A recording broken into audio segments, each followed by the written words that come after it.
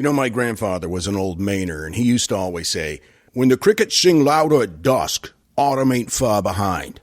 Me, I just look at a calendar, and I can't believe that August is here already. It's a perfect time to hit reset for the autumn rush. Quince proves you don't need a crowded closet to look incredible. You just need the right pieces. Are you familiar with Quince? They specialize in effortless, high-quality essentials like ultra-soft organic cotton and premium Mongolian cashmere sweaters. They're beautifully tailored, they're built to last, and it is a perfect transition from morning meeting to dinner. Kat looks so cute in her cashmere sweater. Everything at Quince is priced 50 to 80% less than similar brands. They work directly with ethical factories and cut out the middleman, so you're paying for quality, not brand markup. And I'm not exaggerating when I say my favorite shirts are Quince, but I also love their shorts. And the thing that I was really surprised about when we first started getting Quince clothing is the high quality, and the price is just so unbelievably affordable. And they also bring the same everyday elevation to everything they offer. Kat's also a big fan of the hotel-quality linen pillowcases. Upgrade your everyday. Download the Quince app for app-exclusive offers or go to quince.com/oddities. Get free shipping on your orders and 365-day returns. Now available in Canada and the UK, too. That's QUINCE.com/oddities.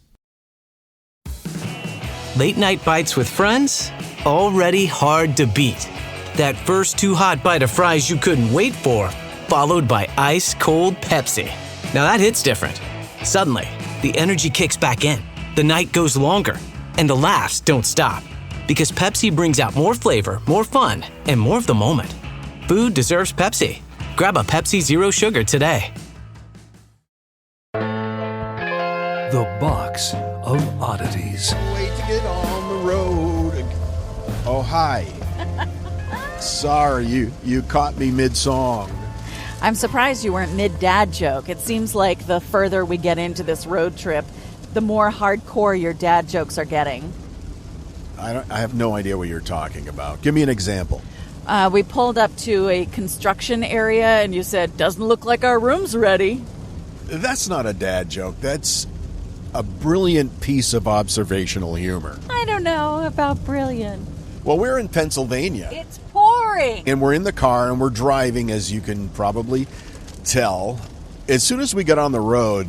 We weren't even out of Maine yet.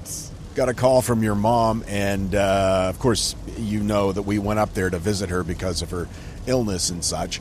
As soon as we got about 150 miles out of town, we got a call from your mom saying, I'm on my way to the hospital. This happened the last time I tried to leave Maine as well. She was like, oh, sorry, another trip to the ER. But she, I guess, has some infection, and they're concerned, obviously, because she's been on chemo, and so she's got some drugs, and she's in a lot of pain. So that's been kind of shitty, actually. We've been worried about having to turn around. We're proceeding with caution. And we're in Pennsylvania, as I mentioned, and that reminded me of a story that you did a long time ago that took place in the Keystone State. Is this the Keystone State? As far as I know. And since we're on the road, we thought it would be a good opportunity to revisit that episode. I wanted to tell you today about the Green Man of Pennsylvania. Big thanks to Dixie for sending us a message and please, for the love of Godding us about the Green Man of Pennsylvania. So in the 50s and 60s, if you grew up in Western Pennsylvania, you most definitely heard the legend of the Green Man.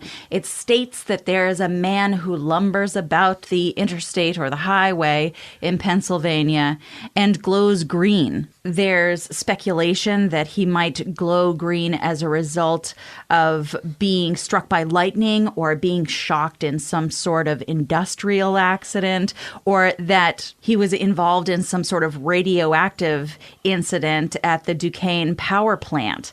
Or Duquesne, as I like to call it. Duquesne? Yeah. Yeah, I lived in Pittsburgh for a while, and my first day there, I commented on the Duquesne incline, and they pretty much ran me out of town. Oh, yeah, that's why you only worked there for a couple days? Yeah, that's pretty much it. Some variations say that he had been involved in some sort of acid incident, but some said that the Green Man, in addition to glowing green, had removed his own face. He is also known as Charlie No Face, and it's said that he roams the hollow late at night, and the townfolk would pass their tales of him on to their children about how he would chase the people who were out parking in cars. Right. That's just good parenting. Yes, absolutely. Scary stories to keep people from necking. I always thought the term parking was really confusing because you can just park in a car. Sure. But then you can park in a car, and that's different and has different implications entirely. And parking brake has a couple of different meanings depending upon, how heavily you're petting. Well, that too, yes. Or if you're on an incline. Right. More specifically, the Duquesne Duquesne incline. So anyway, some even claimed to have met Charlie No Face. Now, the stories of this Green Man or Charlie No Face chasing after people or attacking young folks making out in cars are entirely a fabrication. But the legend itself, not too far off. So it's anchored in some historical fact. As they most of the time are. It's true, yeah.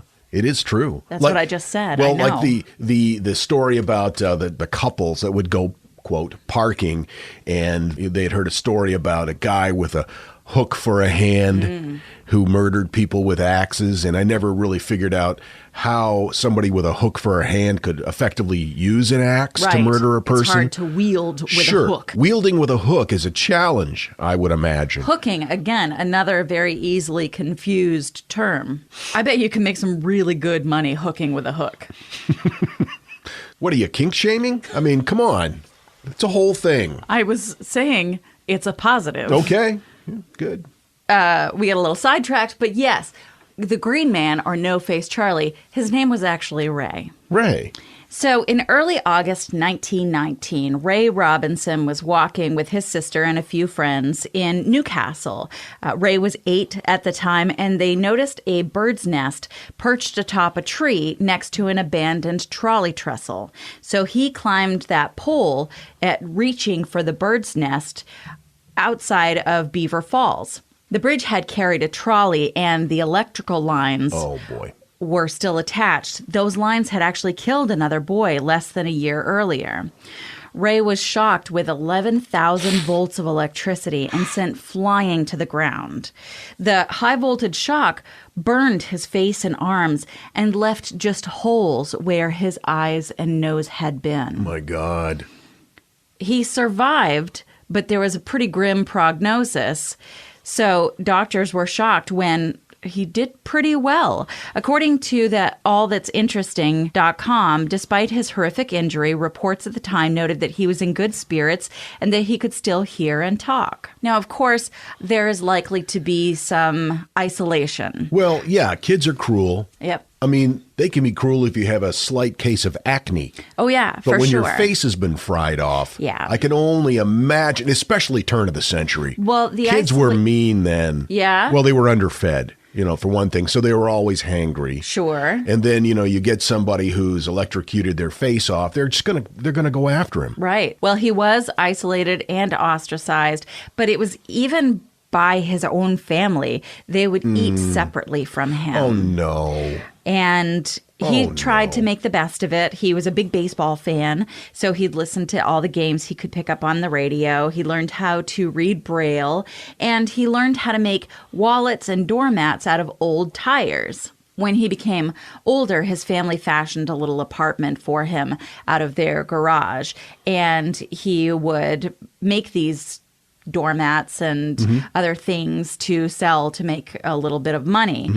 He didn't do the selling himself, obviously. His family did, but this comes from the Thrillist. So here he was, sequestered in his family home, and he would rarely venture out during the day. Of course, if you grew up a child being bullied because of your melted face, yeah, you're probably going to become kind of isolated. He, at night, would love to go for long walks on a quiet stretch of State Route 351. He would feel along with his walking stick, and even though he usually hid from his curious neighbors, he found great joy in his nighttime walks, and some people did meet him. So as I said, they would see him out driving on this highway and nearby roads. And sometimes people would stop. They would exchange short conversations or photographs in exchange for beer or cigarettes. According to the Post-Gazette, a local said that people would often meet at the diner before heading out to try to spot the Green Man. Oh, so it became like a social activity. Yeah, people became obsessed with trying to find him. Wow. And most people just wanted to ask him questions. And, I'm sure they were curious. But then there were others. Some people would find him to make a mockery of him or would have other ill intentions. People would sometimes pick him up and then drive him into the middle of nowhere and toss him out of the car. Oh, that's great. That's just great. And of course, he's blind. He doesn't know where he's at. And there were stories of people urinating into beer bottles and giving to him, so he would never drink a bottle that was already opened. People would attack him. He never really understood why. So when a car would approach him, he would stop and wait very nervously for what might come next. The sound of tires started to make him skittish. Rumor had it that Ray even carried a pistol in his belt after one particularly nasty encounter. He was beaten on several occasions and multiple times hit by a car. You hear stories like this and you think, where is the humanity? This guy is suffering. He was an innocent child when this accident happened. He has spent his whole life ostracized by his family as well as society in general. And yet people still won't just let him live his life. They have to pour some more agony on this guy. Yeah. I struggle with things like this because, I'm not like a capital punishment kind of person. But I feel like if you beat up a blind guy who does nothing but make tire wallets and goes for walks, then you don't get to do this anymore. This whole thing. Like, you don't get to do it anymore. Yep. We're going to put you in the gas chamber and then make it a pay-per-view event with the proceeds going to him. And I know it's tough because a lot of times, these are teenagers, but... hey, you got to learn a lesson. Right? And sometimes that lesson is by way of being murdered. On pay-per-view. Right. Right. By all accounts, Ray was a super nice guy, and he never caused anyone trouble. And when people did stop and talk to him and were like cordial with him, he was cool to talk to. He was willing to chat people up, even though, he'd been repeatedly burned. He was confused as to why people would be mean to him, but he never became bitter.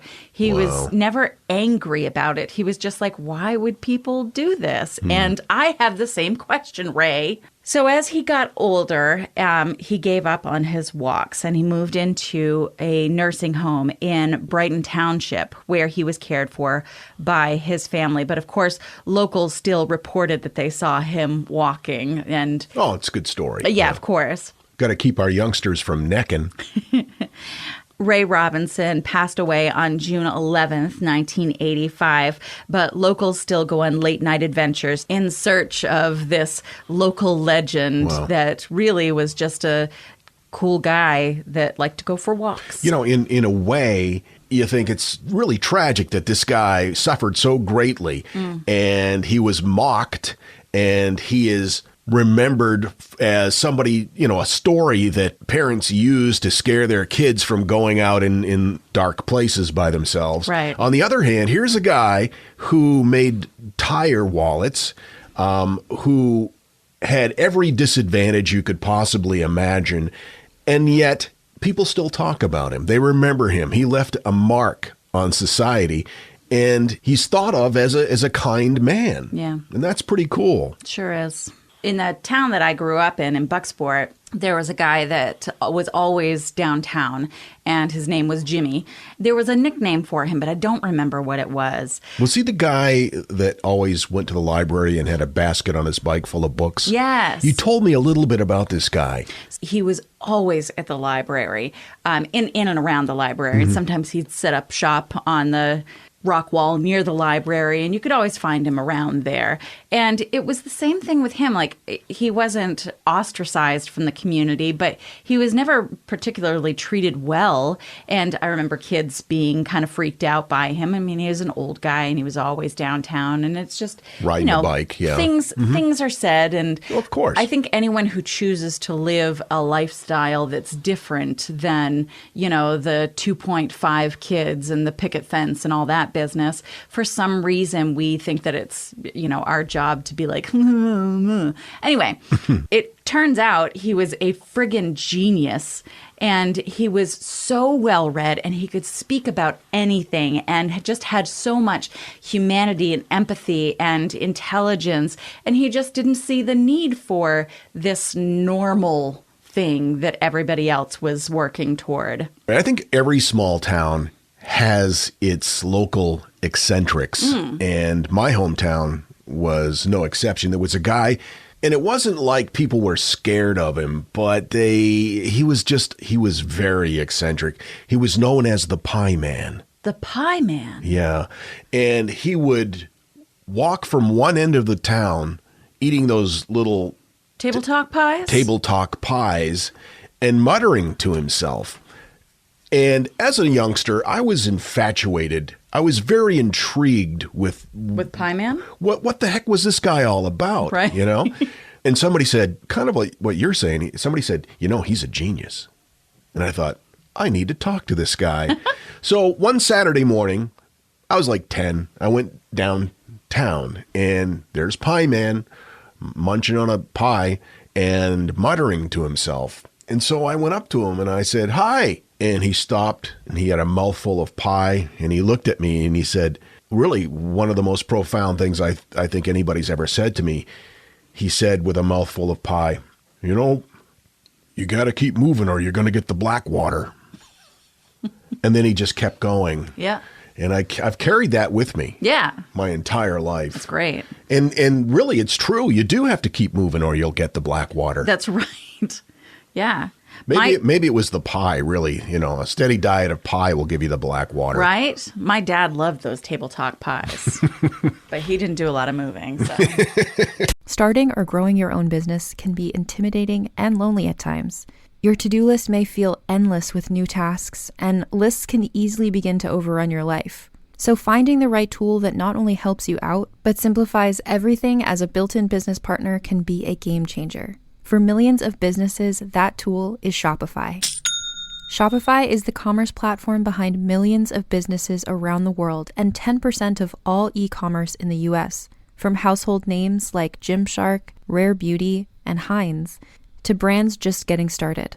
Shopify has hundreds of ready-to-use templates that can help you build a beautiful online store that matches your brand's style. And you can tackle all the important tasks in one place, from inventory to payments to analytics and more.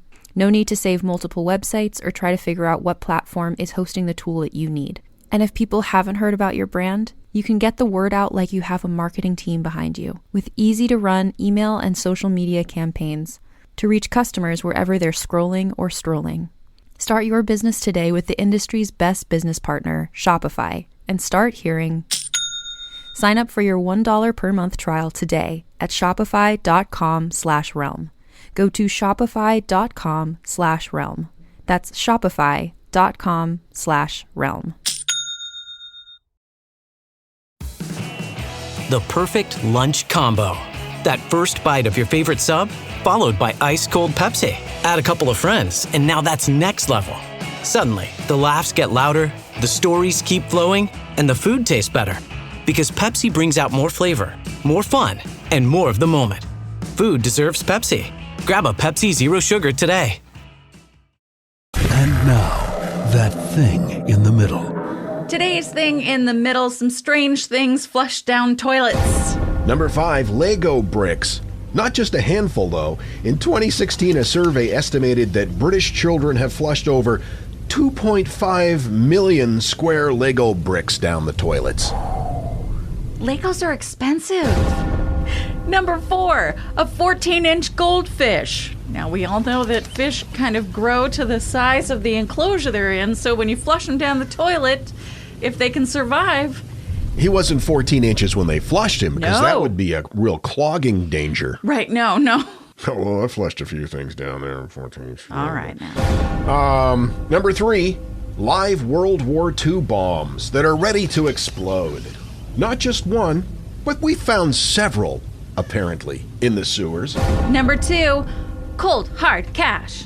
A janitor in Australia discovered some notes sticking out of a toilet bowl, 50s and 100s. In fact, he thought it was a prank, but after snagging the cash, he rushed to report the matter to police. They discovered $93,000 had been flushed down the toilet. Why? Oh. And number 1, a woman's Rolex watch.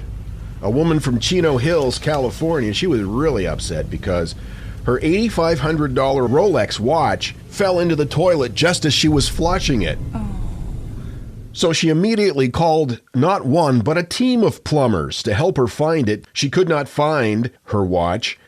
But in a wonderful twist of events, 18 months later, a plumber that was involved in the original search was working a mile downhill when he discovered the Rolex amid, well, let's say debris. And in a testament to the quality of a Rolex, after it was cleaned up, good as new. Oh, jeez. Didn't stop ticking. They should make an advertisement out of that. I had something similar happen to me. Somebody bought me. I do not believe that. No, well, not a Rolex. No. I've never owned a Rolex. But I was given a gift one time of a really nice pair of Ray-Ban sunglasses. Oh. You know, like $150 or something like that. And I was wearing them to the Tucson Balloon Festival. Okay. I had to go into the porta potty and relieve myself, and no. put my glasses up on top of my head. Yep. And I looked down to, aim properly because that's the kind of guy I am. Right. And my Ray-Bans went right into the porta potty. Mm-hmm. Right in. And I'd had them like a day or two. Did you go and get them? No, I did not. But what I did learn from that is don't worry about aiming. Protect your sunglasses. We would have uploaded this episode sooner, but we just couldn't decide on an outfit. Be honest, does this make our butt look big? This is the Box of Oddities. The perfect lunch combo. That first bite of your favorite sub, followed by ice-cold Pepsi. Add a couple of friends, and now that's next level. Suddenly, the laughs get louder, the stories keep flowing, and the food tastes better. Because Pepsi brings out more flavor, more fun, and more of the moment. Food deserves Pepsi. Grab a Pepsi Zero Sugar today. This episode is brought to you by ChatGPT. Hey, it's Bill Simmons from the Bill Simmons Podcast. Have you guys heard about ChatGPT work? It's the new way to use ChatGPT for bigger multi-step projects. And when you need more than just answers, give ChatGPT work access to your apps and files, and it can create real work documents like spreadsheets, slides, and structured reports. Get started at chatgpt.com by selecting work mode, available on Plus and Pro plans. The Box of Oddities with Kat and Jethro Gilligan Toth. I came across an article about the mobster Dutch Schultz. He was the illustrator for Peanuts, right? No. No, you're getting your Schultzes mixed up. Dutch Schultz was the victim of an assassination, but he didn't die right away. He lingered for hours and was delirious. They had somebody there taking notes of what he was saying because they were trying to find out where he, among other things, had hidden all of this money that he had stolen. It's still out there, by the way. They're still looking for it. Oh my. But it was just this long, surreal, rambling last statement that went on for like pages, and it didn't make any sense. It was like, and at the last minute, she pulls the football out every time. No, you're thinking of the wrong. Okay, sorry. Anyway, it got me thinking about weird last words Oh, okay. of people. Always a favorite. Specifically, people that were executed on death row. Oh, my. Yeah, what their last words were. Many death row criminals, surprisingly, acted very similarly when delivering their, quote, famous last words as they did in life. Some joked around with the press. Some had a pretty good sense of humor about it. Some proclaimed their innocence right until the end. Sure. Some had more standard goodbyes. And then there were some that were just batshit crazy. When it comes to famous last words of executed criminals, there are some that are extremely memorable. Along with their criminal history, that's what they're remembered for. One that stands out to me is Aileen Wuornos. I remember her last words were kind of... Yeah, and that's what I'm going to close with. Okay, I will not say this then. But yeah, batshit crazy. Yeah. But then there was a guy, George Apol. According to Quora, in December 1927, Apol was committing a holdup in a New York restaurant. And in the process of holding the restaurant up, the police showed up and he shot Police Lieutenant James Kemmer. And Officer Kemmer, died of his injury. Strangely, Apol claimed that he was innocent of that murder, but in July of 1928, a month before his execution, he signed a sworn confession to a November 27 murder for which another man had been convicted for. Weird. Daniel J. Graham, who ironically was a police officer, had been hired to guard a construction company's paymaster in the 1920s. Payrolls were always cash then. Pratt was killed, and the $4,700 he'd been carrying was missing. Graham was arrested soon after. He had no explanation as for why he hadn't been guarding Graham and no alibi for his whereabouts. So he was convicted of murdering this guy. Apol said, no, he didn't do it. I did it. After Apol's confession, Graham sought a new trial. The appeals went through and everything. They denied it. And so they were both sentenced to die. And interestingly enough, just minutes apart at Sing Sing prison. One went and then the other. George Apol was electrocuted in the electric chair in the 1920s. And his last words were, well, gentlemen, you're about to see a baked Apol. Stop it. Those are his last words. No. Had to get a dad joke in before his brain sizzled in his skull cap. That's terrible. That's very embarrassing. I'm sorry. I have to say this before you continue because you're going to get into it, and then I'm just going to keep trying to think of a way to get it in, and you're going to just stare at me. Because anyway, more Peanuts references. No. My father's final words were, "Love her as I loved her, and there will be joy." Boo! Boo! Slime, muck, filth. Love you. Barbara Graham. Not related to the other person named Graham, a whole different Graham. Or as far as I know, maybe she was. According to Wikipedia, she started an affair with a guy who told her about a 64-year-old widow whose name was Mabel Monahan. Wonderful name. And yes, it is. And Mabel allegedly kept a large amount of cash and jewelry in her house in Burbank, California. So on March 9th, 1953, Barbara Graham joined this other guy, whose last name was Perkins, to rob Monahan's home. Graham reportedly gained entry by asking to use her phone.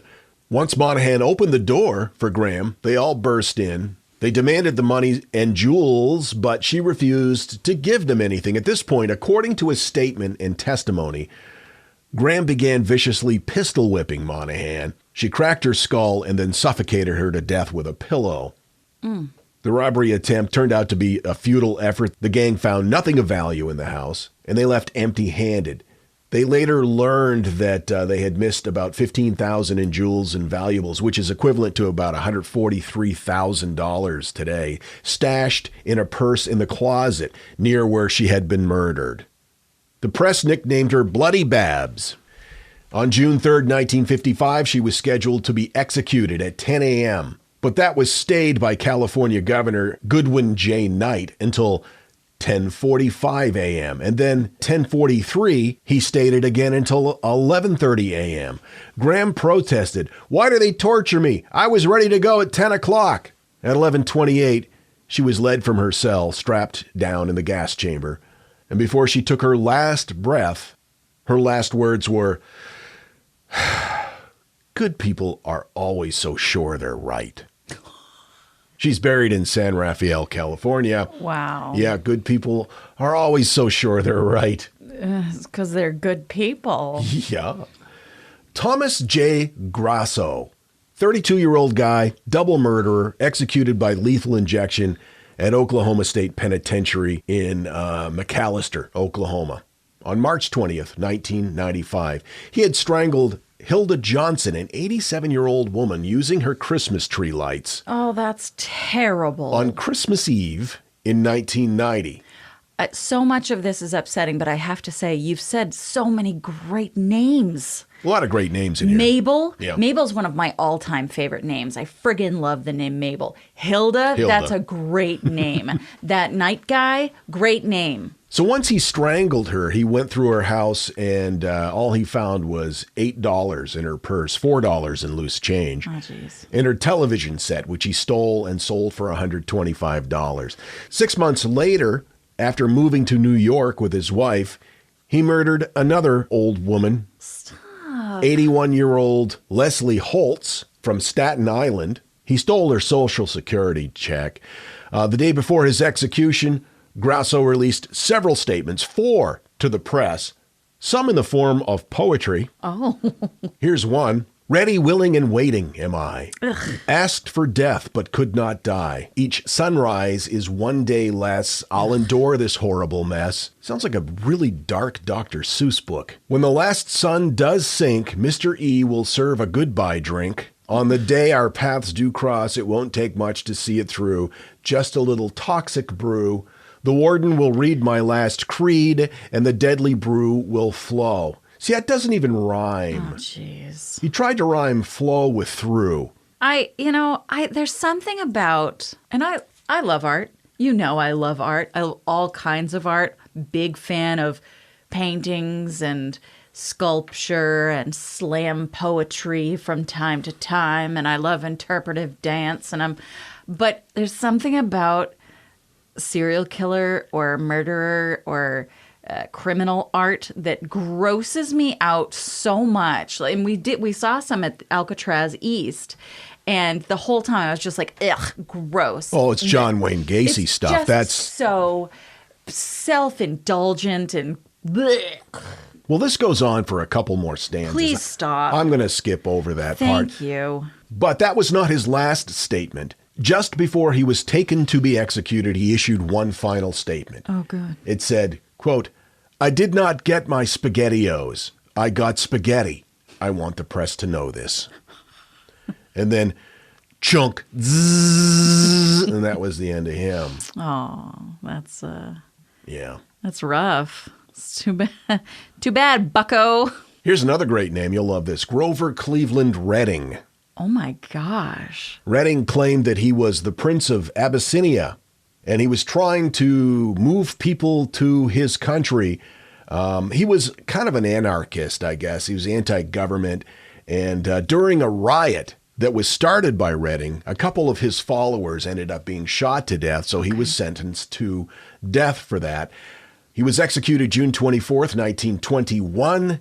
His final statement was, I have something to say, but not at this time. Click. Zzz. All right. That's kind of funny. James French was serving a life sentence in Oklahoma State Penitentiary, once again in McAlester, Lots of Oklahoma, yeah. for killing a West Virginia motorist who had picked him up while he was hitchhiking in 1958. Rude. He had actually requested the death sentence, but they just gave him life, and he was pissed about that. He wanted the death sentence, and he kept appealing to the court to please kill me, and they said no, or they just would ignore his letters. Okay. So while serving his life sentence, French was placed with an inmate, Eddie Lee Shelton. They didn't get along. He hated this guy. So on October 27th, 1961, French attacked Shelton, and according to the Oklahoma County District Judge Charles Owen, French determined that he was going to kill his roommate, but he felt that he would let the victim have one last meal. So he treated Shelton to a steak sandwich from the prison canteen and then, quote, allowed Shelton to go to breakfast. So upon Shelton's return from breakfast, French wrapped a towel around Shelton's neck and killed him. Then he said, you know what? I want to be put on death row, please, or I'm just going to keep killing people. So they did. They put him on death row. That seems like a real catch-22. You don't want to give him what he wants, No, but then again... you can't just have him running around murdering people. So on August 10th, 1966, he walked calmly into the execution chamber at 10 p.m. The Associated Press reporter at the scene wrote, James Donald French got what he demanded, death in the electric chair. He faced death with the same cockiness he faced life. As he sat in the chair, he said to the reporter, quote, how about this for tomorrow's headline? French fries. Click. What is going on with the puns? I don't know. You must be kind of obsessing about the words like fry and burn and baked. And you must kind of like obsess about what's going to happen to you. So, of course, the puns come a-flowing. Like the electricity will through your body. Right. You had mentioned Aileen Wuornos. Going to end with this one. Sorry about that. According to Wikipedia, she was an American serial killer and a sex worker who murdered 7 men in Florida in 1989 and 1990 by shooting them at point-blank range. Wuornos claimed that her victims had either raped or attempted to rape her while they were soliciting sex from her, and that all of the homicides that she committed were in self-defense. She was sentenced to death for 6 of the murders and was executed by lethal injection on October 9th, 2002. Of course, the film Monster, that starred Charlize Theron as Wuornos. What a treasure. She won the Academy Award for that. As well, she should have. Yeah. That transformation was incredible. But in real life, the real-life Aileen Wuornos, just before she was executed, her final words were, quote, I'd just like to say I'm sailing with the Rock, and I'll be back like Independence Day with Jesus on June 6th, like the movie, big mothership and all. I'll be back. Yep. That was the last thing she ever said. Yeah. There's really nothing good about that story. No. Except Independence Day. She mentioned that. That was a good movie. That was fun. That was a lot of fun. One of those summer blockbusters. Yeah, it was a cinematic romp. We watched The Lovebirds on Netflix, and then I have since recommended it on our Facebook group. Oh, that was so good. It was so much fun. That's a good couples night movie. Yeah. It reminded me a lot of Queen Pins, which we can't really talk about like how the movie goes. No, but, we signed a disclosure. We did, but I can say that it was great, and Lovebirds did kind of remind me of it a little bit. You know, for as often as you talk about last words, yours better be pretty impressive. I think my last words should be practical, and I want this on my headstone, too, as an epitaph. We have plenty of free parking and a friendly, knowledgeable staff. Do you plan on dying while reading an ad? This month's True Value, Tool Value. All right. Well, we love you guys. Thank you for your patience as we make our way cross country. We'll report back in, and we look forward to seeing you next time. Until then, keep flying that freak flag. Fly it proudly, you beautiful freak. Where were we? 67 bottles of beer on the wall. Get out. And so, let it be known that the Box of Oddities belongs to you, and its fate is in your hands. We wish to offer our deeply felt gratitude and appreciation for your patronage. TheBoxOfOddities.com. Copyright 2026, all rights reserved. This episode is brought to you by ChatGPT. Hey, it's Bill Simmons from the Bill Simmons Podcast. Have you guys heard about ChatGPT work? It's the new way to use ChatGPT for bigger multi-step projects. And when you need more than just answers, give ChatGPT work access to your apps and files, and it can create real work documents like spreadsheets, slides, and structured reports. Get started at chatgpt.com by selecting work mode, available on Plus and Pro plans. At ZocDoc, we know being a healthy adult is like living in a video game. Every day has side quests, taxes, laundry, birthdays, and just when you're leveling up, you have to book a doctor. The insurance portal crashes, they put you on hold, your doctor doesn't take your plan, game over. We see you. So we made booking a doctor easy. Download ZocDoc, search by specialty, insurance, and availability. Book instantly, no cheat codes required. Find a doctor you love with ZocDoc.